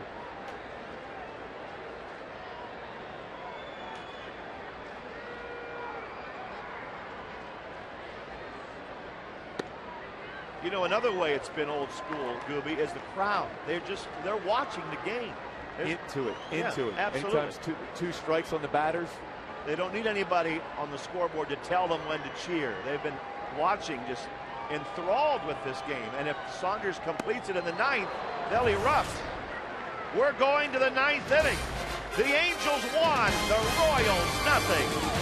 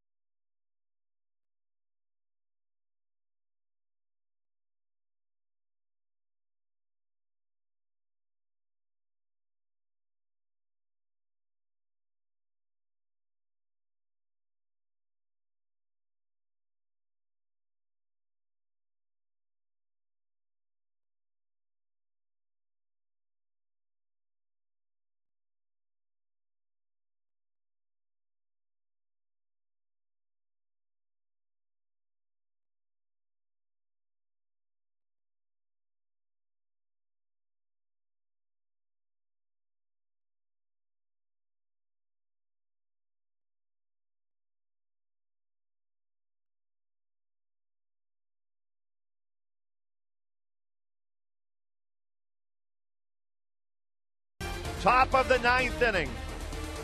It's been a thriller, a 1-0 pitcher's battle, a classic. And Mark Teahen leads off for the Royals. Strike 1 from Joe Saunders. Teahen's 1 for 3 tonight. it's 0-2. That one might have hurt a little bit. Boy, that was a pretty good swing, too, by T, and an elevated fastball.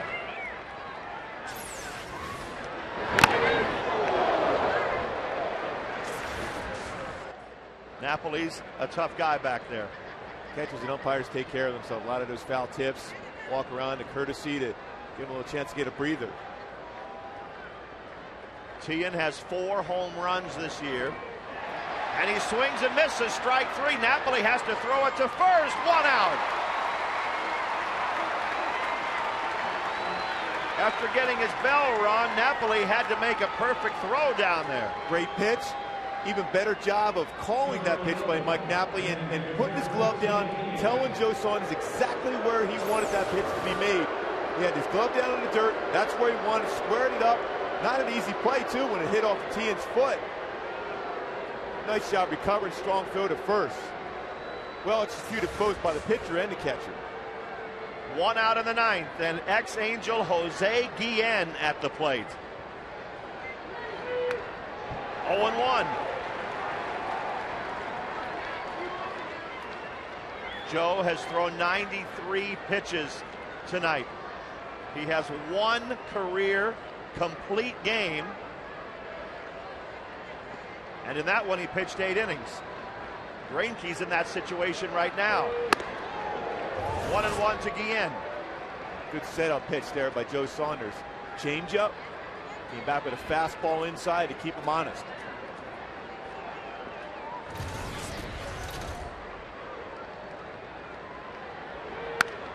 On the ground, foul. Strike 2 to Jose Guillen, who has 3 home runs and a .279 batting average. He's a tough out. He's been a tough out for Joe Saunders. But Joe ahead of him 1-2.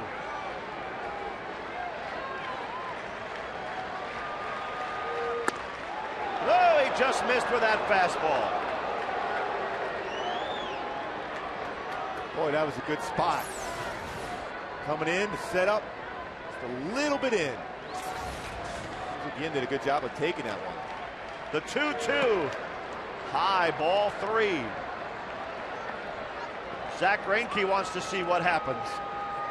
And the toughest thing as a pitcher, you're in the 9th inning, this spot, is keeping your motions in check. Don't overthrow the pitch. Full count to Jose Guillen, the cleanup hitter in the Royals lineup. And Napoli wants to have a word with his pitcher. It's a good mind game, too, the pitcher.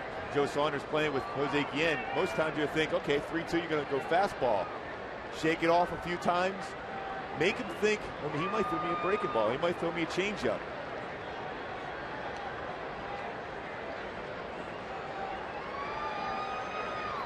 Three and 2. Guillen stays alive. And Guillen looks at his bat as though it betrayed him. He wanted to hit that pitch.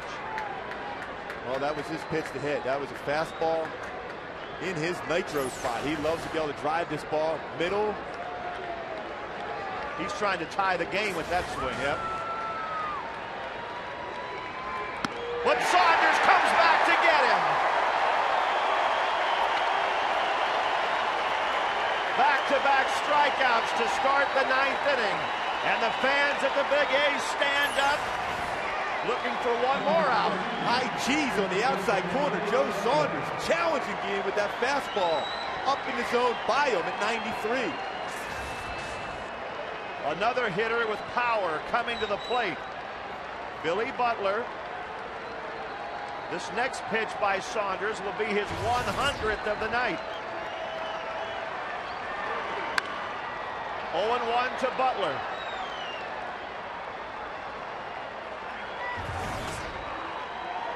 .67 of those 100 have been strikes.